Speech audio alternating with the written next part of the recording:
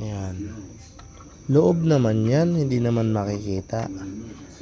Yan ang madalas isipin ng ating ibang mga tropa na gustong mabilisan. Mga katwira na pwede na yan. Hindi naman nakikita yan eh. So ito pong ginagawa natin is sa loob po ito ng mid-range chamber. So bakit kailangan pa nga naman lagyan yan? Eh mid lang naman ang nakalagay. So yan, patagal lang. Pero dahil kasi gusto natin ng sealed and intact talaga yung ating gawa, ay talaga matyaga po tayong nilalagyan lahat ng sulok ng ating box. Lahat ng ginagawa natin box eh talagang ginaganyan natin. Matagal, kung iisipin, hindi naman nakikita yan. Pero isa rin po yan sa sekreto kung bakit maganda ang tunog ng ating build. So kailangan sealed na sealed yan. So imagine niyo na lang yung mga gawa ng factory, yung gawa ng mga branded engineered. Pag binuksan niyo yun, talagang sealed na sealed yung loob nun. May cotton pa. So tayo na gumagaya is gagayahin na lang natin.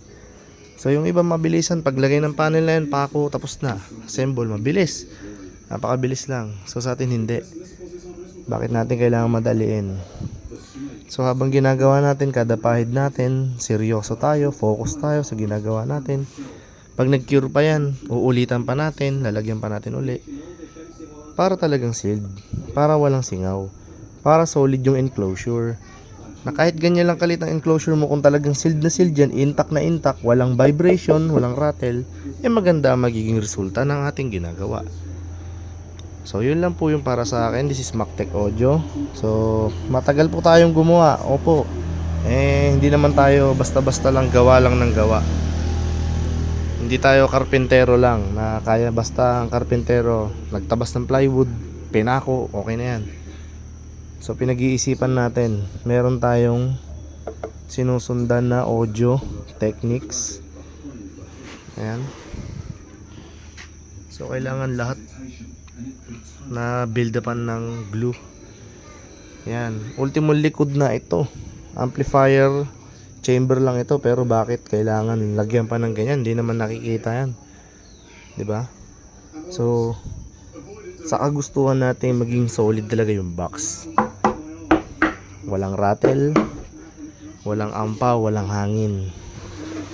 Yan. Ganon din, gagastos rin ho tayo ng magagandang brand na speaker, magagandang brand na amplifier.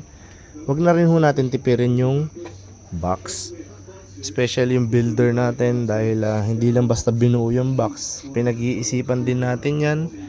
Kinakalculate din natin yan. Tinotono rin ho natin yan. Yan. Hindi po hula-hula yung paggawa natin. So dahan-dahan lang, unti-unti lang. So yan lang po, just sharing my techniques sa paggawa ng mga box. Di ba nga naman, bakit palalagyan ng ganyan, loob naman di naman nakikita. So media nandito. Ayan. Kasi gusto nating quality talaga. Dahil may kinalaman din ang paglalagay ng ganyan kaysa sa hindi. Mas sealed, mas maganda yung enclosure. Ayan. Marine plywood gamit natin. Kailangan maging dense din yung ating gawa na parang MDF. So mga sikreto rin po yan. Although magandang MDF, pero hindi tayo gumagamit ng MDF, marin tayo para sure ball. Ayan. Pro box ang ginagawa kasi natin, kaya more on marin tayo. Ayaw ko po gumawa ng MDF. So yan po, just sharing. This is MacTech Audio. Yan lang po, mga munting explanation lang. So maraming naglalabas ng box maker na yan. Bahala kayo dyan kung anong diskarte nyo, kung paano kayo gumawa ng box.